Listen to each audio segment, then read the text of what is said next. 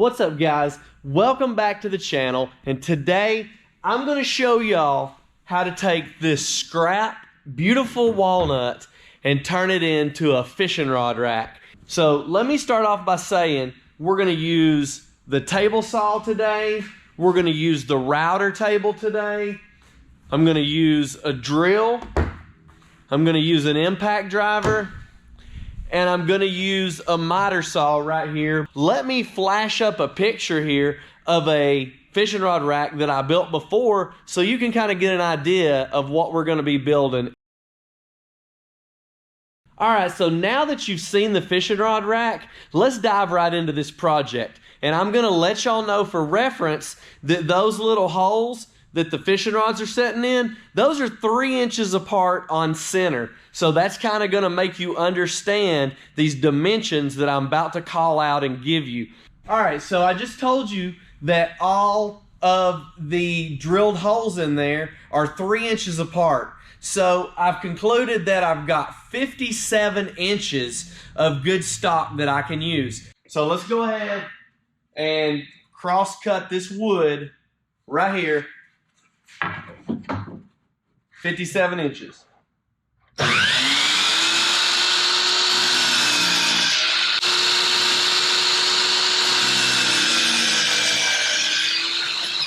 So the next line of business is we're going to jump over here to the table saw and we're going to take, there's one good straight line ripped side on this lumber. So we're going to take that, we're going to run it through the table saw and see what width we're actually going to be able to get it all squared up, and then we'll move on to the measurements and start drilling our holes. This part right here is just going to be a trial and error, guys, and once we get it down to the stock, I'll let you know the dimensions, but this will be different for everybody. If you're using rough lumber, you can make it whatever you want to make it. So this piece right here, I'm going to rip down, and this is going to be a piece that goes on the wall, and then it'll have another piece connected to it here that the rods lay up against. So we're going to try to get the maximum width out of here. And let's go ahead and move our saw over here. And we're going to get 3 1/4 inches. We're going to try on our first pass. So we'll work and see if we can get 3 inches out of this. That went through really smooth. So I'm going to back my fence down to 3 inches, flip my board around, and clean up this side right here. All right, as you can see, we've got perfect edges now, as perfect as the saw blade will give us. And we're not going to be using any sandpaper on this job. This is going to be a rough fishing rod rack. I want any of y'all to be able to build this in a simplistic manner. You know, we are going to be using a router table, but you can use a hand router, or you don't have to route the edges at all if you don't want to. So let's move on to the next step. And now I'm going to take this next board here, and this is what we're going to make, have the holes drilled in it. And I know you might not understand this yet, but let's go ahead and see what we can get out of this board right here. This is our smallest end, so we're going to get about 5 1/4 right here. All right, so we got that board cleaned up too. We got 5 inches out of that board right there. And this is the board we're going to use, and we're going to drill the holes in this board, and it's going to be used for the top piece and the bottom piece where the handles of your rods are going to go. And I'm sure you're asking me how in the heck I'm going to do that. I think I just got a piece of sawdust in my eye, so maybe you should wear safety glasses while you're doing this. But anyways, I'm going to mark this board out every 3 inches, and then I'm going to find center of this board and scribe a line down through there as well. That's where I'm going to drill my holes. Then we'll run it down the table saw, and we'll rip this board in half, and that'll make a piece for the top and a piece for the bottom. All right, so you can see on the board right here, this is 5, I think we're about 5 1/16, 5 inches. So we're going to take our pencil and our tape, and we're going to mark 2 1/2 inches on this end, and then let's go over here to the other end, and we're going to mark 2 1/2 inches over here as well. And I'm gonna take this other piece that I've already straight line ripped, and I'm gonna set it on there, and I'm gonna scribe a line with my pencil all the way down through here. This way, when I lay out my 3-inch lines, I'll have a little plus in the middle to drill my holes on. Right here, we're gonna set our tape out, pulling from the end, and I'm gonna mark every 3 inches. 3, 6, 9, 12, and so on down the line. All right, now that we've got our wood all marked out, I'm gonna take my rigid battery drill here, and I'm gonna take this Forstner bit. This is a 1 3/8 Forstner bit. Doesn't matter the exact size you use. You can use a little bit smaller, a little bit larger. This is what I have laying around that I used on cabinet hinges in the past. So that's what I've got. That's what I'm gonna use. I wouldn't recommend going much smaller because the handles on your fishing rod are gonna be somewhere in the range of this size. And if you have larger handles, then you might want a larger hole for the handle to go in. And this bit feels like it's dull as crap. And once I get the tip of this bit through, I'm gonna spin this wood over and probably drill it from the other side so that it doesn't blow out.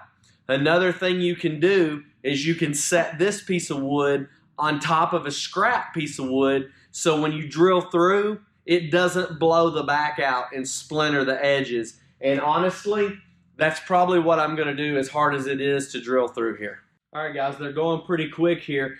And I just wanted to remind you, because I made a mistake on what I was doing a second ago, but if you are using a Forstner bit is not a high-speed bit. So go ahead and slow your drill down to the speed 1 or however your drill works. Go slower. It can be used in a drill press very well also, but that's another tool that many of you might not have. So we're going to stick with this today. So let me just show you.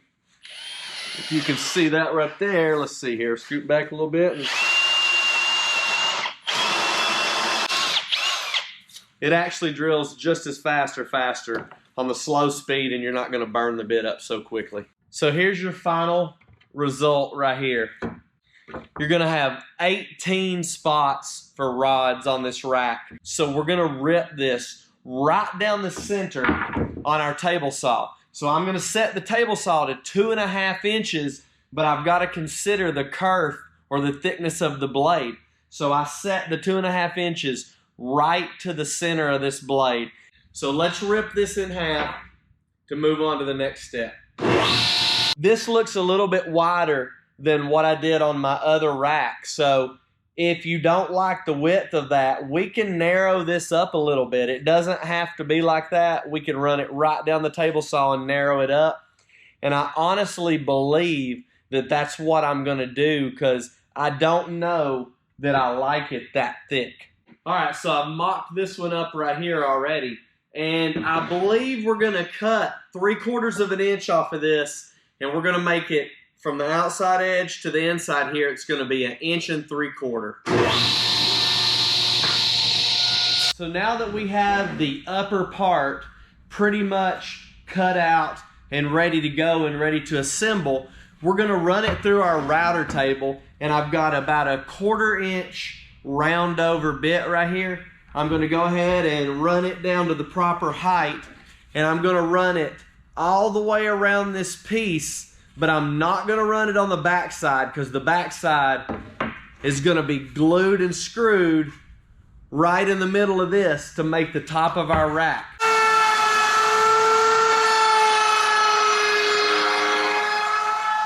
So check it out. Just rounded the edge just a little bit and made it pretty sweet. So I want to show y'all one problem that this is going to make. So we've cut this at 57 inches, and we've cut this as well at 57 inches. And now that we have this round over on here, in order to make it look the best, let me grab a scrap piece and show you here. In order to make it look the best, we don't want this to come all the way out flush with the end. We want to back it up about 1/4 inch and let it set right there where that routed edge rolls over. So all we're going to have to do is just take this piece over to the chop saw and cut just a little bit off, maybe 1/8 to 1/4 inch off of each side. And then when we fasten it on here, it'll look perfect. All right, let's fire the router up again, and I'll show you how to route this other piece.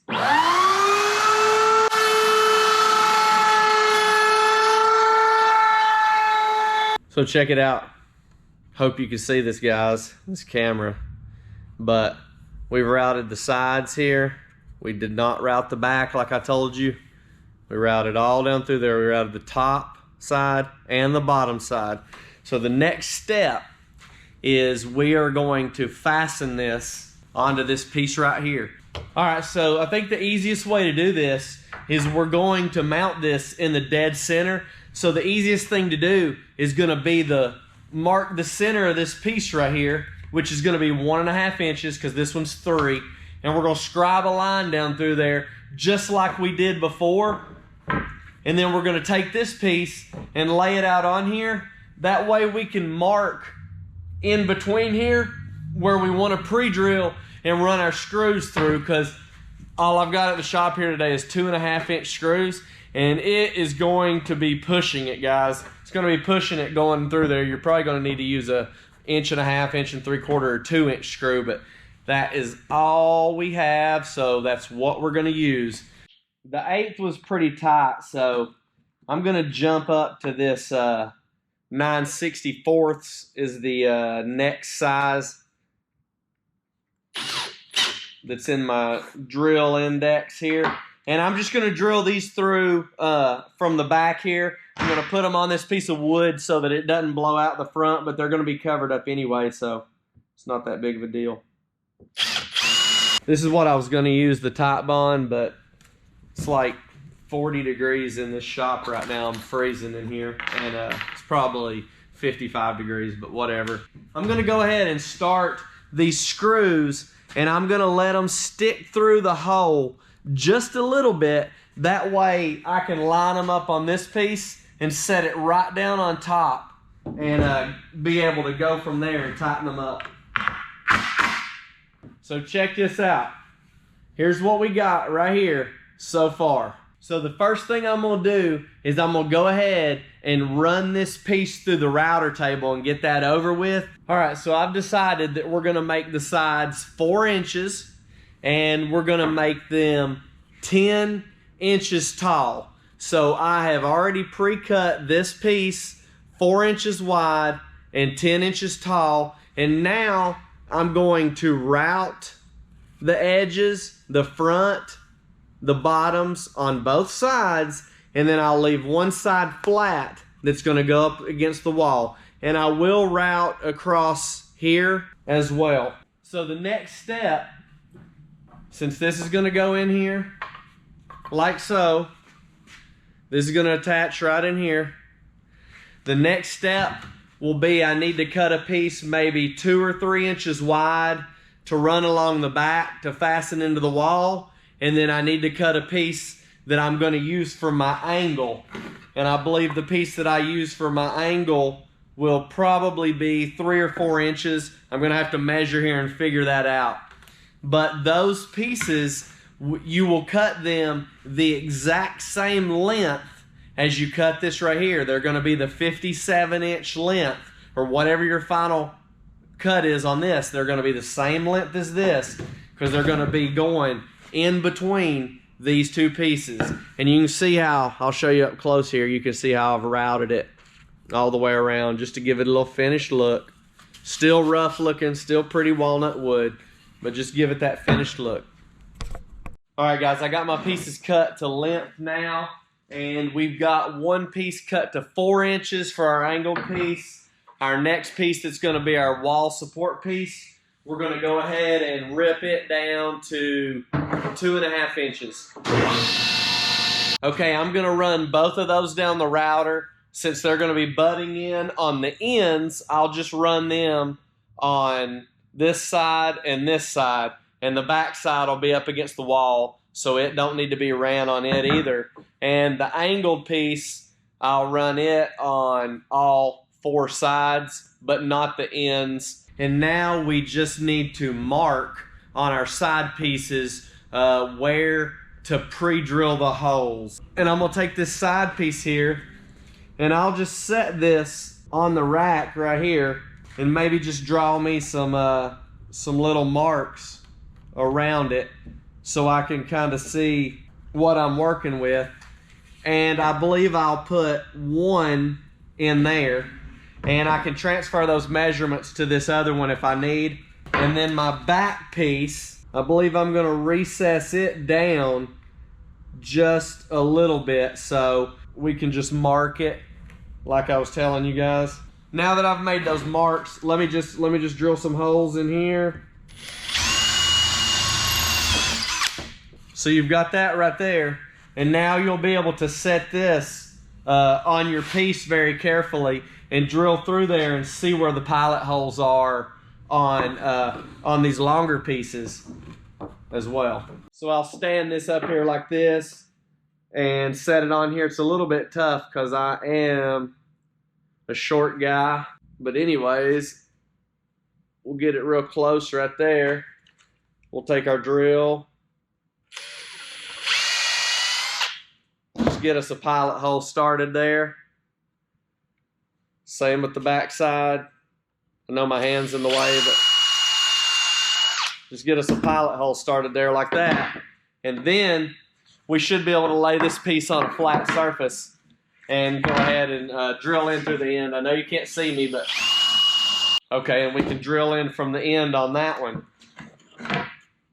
And then we should be able to go ahead and assemble this piece right here. All right, I've got my pilot holes drilled. We do need to put the glue on here first and do that one first. I'm gonna put all my screws in the side piece. I'll show you in just a minute.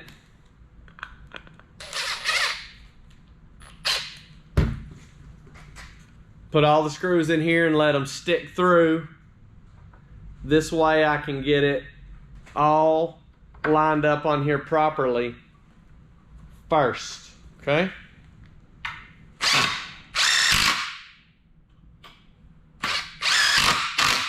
And there you have it, folks. You got that side finished as well as the other one. All right, so I'm gonna invite you to join me back at my house here in a snap of fingers, and we will install this on the wall, and I'm gonna show you how the fishing rods are gonna fit in here.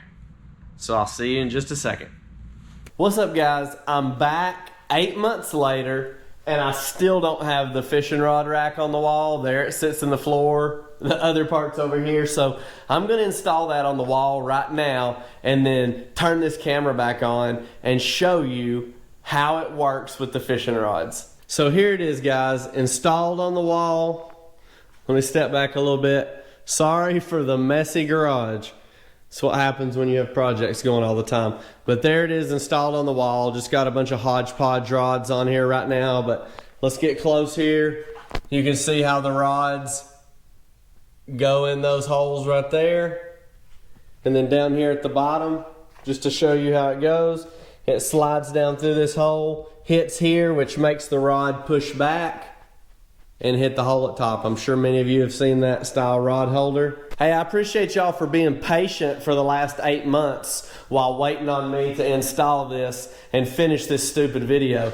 But here it is, guys, and again, thank you for watching the video. And if you haven't already done this, like the video, please leave a comment on what I've done here. I love reading the comments and responding to them. Subscribe to the channel so you can stay in tune with all my upcoming videos, and I will see you in the next video.